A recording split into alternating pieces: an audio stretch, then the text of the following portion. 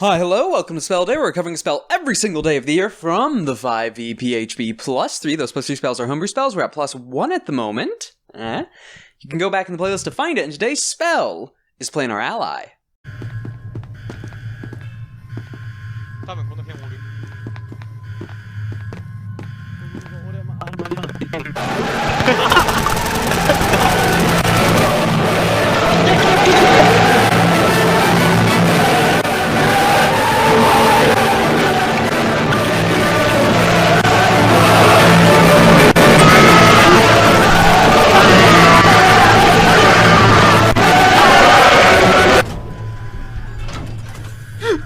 Sixth level Conjuration, casting time of 10 minutes, range of 60 feet, components verbal somatic, duration instantaneous. You beseech an otherworldly entity for aid. The being must be known to you, a god, a primordial, a demon prince, or some other being of cosmic power. That entity sends a celestial, an elemental, or a fiend loyal to it to aid you, making the creature appear in an occupied space within range. If you know a specific creature's name, you can speak that name when you cast a spell to request that creature, though you might get a different creature anyway, DM's choice. When the creature appears, it is under no compulsion to behave in any particular way. You can ask the creature to perform a service in exchange for payment, but it isn't obliged to do so. The requested task could range from simple, fly us across this chasm, or help us fight a battle, to complex, spy on our enemies, or protect us during our foray into the dungeon. You must be able to communicate with the creature to bargain for its services. Payment can take a variety of forms. A celestial might require a sizable donation of gold or magic items to an allied temple, while a fiend might demand a living sacrifice or a gift of treasure. Some creatures might exchange their service for a quest undertaken by you. As a rule of thumb, a task can be measured in minutes requires a payment worth 100 gold pieces per minute. Yikes. A task measured in hours requires 1,000 gold pieces per hour. And a task measured in days, up to 10 days, requires 10,000 gold pieces per day. The DM can adjust these payments based on the circumstances under which you cast the spell. If this task is aligned with the creature's ethos, the payment might be halved or even waived. Non-hazardous tasks typically require only half the suggested payment, while especially dangerous tasks require a greater gift. Creatures rarely accept tasks that seem suicidal. After the creature completes the task, or when the agreed-upon duration of service expires, the creature returns to its home plane after reporting back to you. If appropriate to the task, and if possible, if you are unable to agree on a price for the creature's service, the creature immediately begins to return home to its home plane. The creature enlisted to join your group counts as a member of it, receiving a full share of experience points awarded. Ho ho ho. Oh man, does that feel like an artifact. What the? Why experience points shared? What? When has there been a spell, or even an ability in any other class, or description in NPCs, before you go into any external things like Xanathar's or Tasha's, that mentions XP being shared with any other entities outside of the players, or even with other party members? Why? That is so weird. That's so weird. But okay, a few things. I thought this was restricted to a specific CR. The fact this is not is really good. So, wow, okay.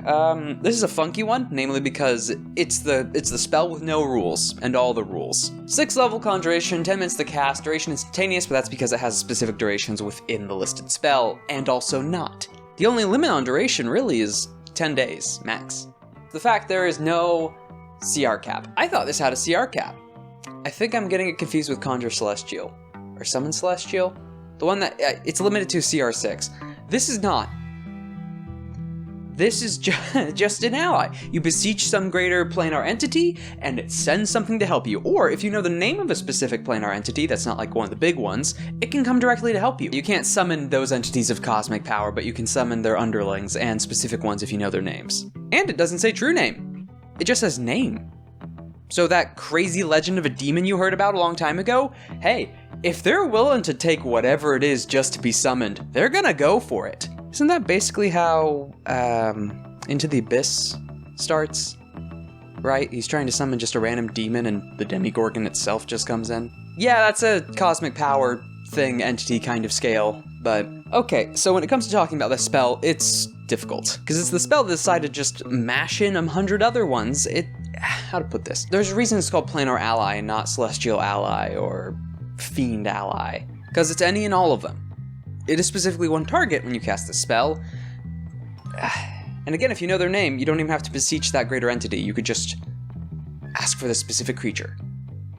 I'm trying to think of how many different cults in a setting are just summoning this one specific demon with a 6th level spell. Because that's the thing that gets me, is this has no CR cap, and it is a 6th level spell. And the big thing is when it comes to the payment, that is supposed to be the main balancing factor, and that's namely for the DM to impose. But if you're going through, because there are 2 separate rulings on what the entity is, how you can easily beseech it, and how the payment's going to work out and whether it's going to follow it or not. That is all up to the DM's interpretation of what this creature would react with, and how the setting works and the celestial beings work. That is why it's so vague, is it can change between settings quite easily, or entities even. A celestial might be a lot more picky alongside a fiend as well, and not next to each other literally, but in the sense that a celestial, you have to act exactly in accordance with the strictures of that deity, and when it comes to the fiend, well, there's probably going to be a contract tied to that and a very strict payment deadline. But if you ask me, when it comes to a demon, they just want to come to the material realm to rip shit up. An inverted rip and tear, if you will. Elementals could be a similar thing. Fire wants to burn stuff.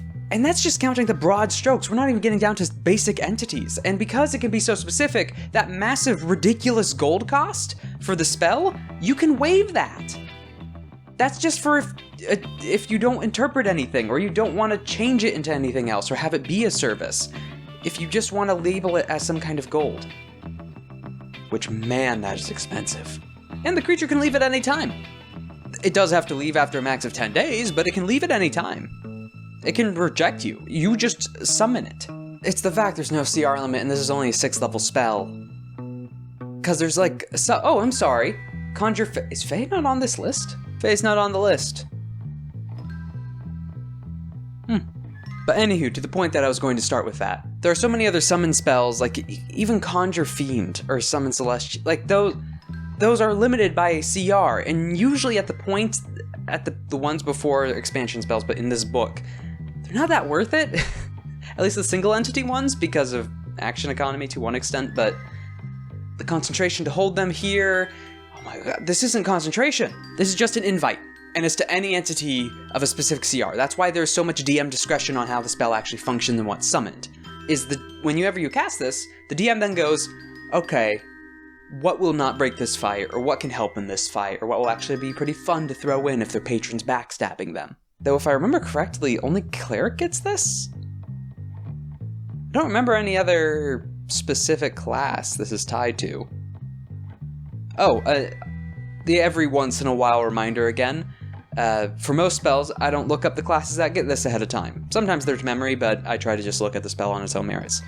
Down below, in the description, are the classes, alongside some fun comments and a question at the bottom. So this spell can either be the most broken spell in the entire game, or entirely useless, and anywhere in that sliding scale in between. So when it comes to things like Divine Intervention, that's usually seen as, it's a Hail Mary ability. It has such a low chance to actually trigger to begin with, at least when you first get it, and you only really use it when and it takes such a long recharge, like, okay, we need something to go right. We're asking for God to just directly intervene and try and help the party. And again, sometimes it mimics spells. This could be one of those, and it just summons something. But even before that, depending on the entity the deity summons, without using Divine Intervention, it could just send some CR22 Celestial to come and aid you, and be there for 10 days. The only price, you kill this one target with it. Done. It's not a gold cost, it's not some weird quality, it's this one Angel of Vengeance aiding you in your quest to seek out this one specific lich. That lich is so screwed. That's a hypothetical, but that's a possible hypothetical under this spell. Only a 6th level spell, and the material component could be nothing. It could be a service, or a vague service, or something to follow. Help me go and kill this lich in 10 days. You don't even have to succeed, the spell just ends after 10 days. It doesn't disappear beforehand if it sets that clause. But a DM could set up a massive clause of like, okay, you want the Celestial to come and help you? You need to build 5 temples in foreign countries to spread this god's religion. There you go. Now it's not really worth it getting that Celestial, or it is, and that becomes a whole quest to try and gain favor and have nobles build those. Depends how stingy these entities are. Okay, how much the DM wants to step in. And they're allowed that. Because this spell has such a possibility to throw things through a loop. Like the way I would rule it is, yes, a devil wants a specific agreement and contract, and that has to be met. But you can summon any CR devil. As long as the deal's good. And when it comes to a demon, at least in my setting, as long as it's something they're aligned with, they're gonna run out and do most of it on their own. It's the same reason that, like, summon demon spells or just trying to get them to ignore you, they're still gonna tear and kill things. In the basic lore of the planes, any kind of opening to the abyss, a demon will flood towards. Any. That includes hapless spellcasters not prepared. And why would it listen? You can't banish it. It's not concentration. You can't call off its aid. It leaves once the task is done, or when it wants to. So you better set a specific task, which isn't actually set within the base description of the spell.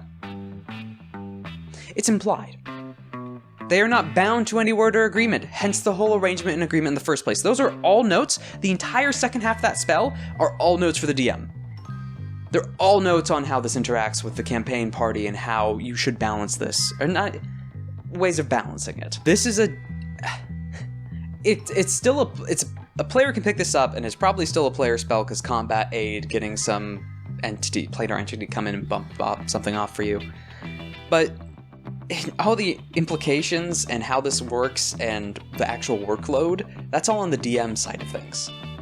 It's a player spell, which puts all the effort on the DM to come up with and work through.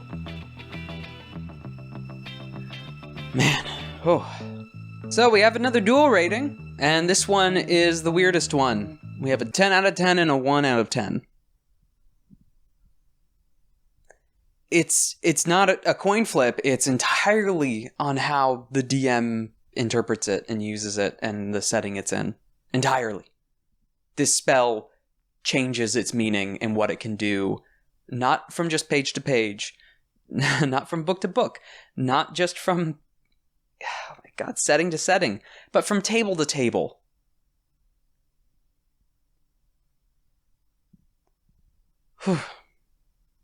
Because it could be a world-ending thing. It could be. You could just summon a CR30 entity. Tiamat? Oh yeah, why not? Okay, maybe not Tiamat. It's the fact that you could summon grand entities. So things like CR20 plus, Celestials, Fiends, Demons, and because it's only a 6th level spell, you can easily stack this and even use up other higher level spell slots to cast it. And it's not concentration, depending on the situation, the god, whatever's happening. Like, if it's the end of the world, yeah, your god might be willing to send whatever angel or, like, celestial to come and help you. Whatever. Just as long as you cast the spell. When it comes to fiends, devils might be a specific contract. When it comes to demons, they might just take any offer. Any offer. And as long as, like, I don't know, the mission isn't donating to charity, they'll probably do it. And it's not concentration. 10 days. 10 days. At max. But 10 days. God. The amount of work something of that power can get done within that amount of time. Oh, and yeah, the weird artifact of it gets XP as well. Again, that's also dependent on table games, whether you even run XP or not. It's funny to think that these entities actually do bump up every time they help the party. That's funny. This is a funny spell. This is a weird spell. This is a great spell. This is a terrible spell.